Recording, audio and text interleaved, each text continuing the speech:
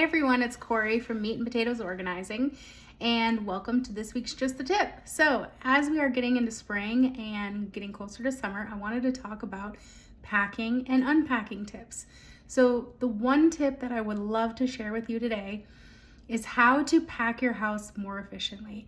So, one place I would encourage you to start is in your kitchen and also in your bedroom and closets.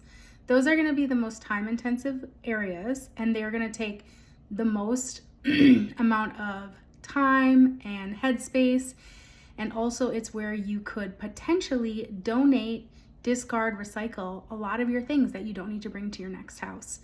So once you get in your kitchen, I want you to start pulling everything out, categorizing it, sorting it, question yourself, when's the last time I've used this?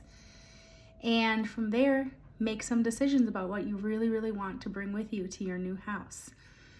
And that way, as you pack it, you know exactly where it's going in the new house and your ideas with it and kind of how to create a brand new situation in your new house, which is exactly the way you want it to flow, the way you want it to function.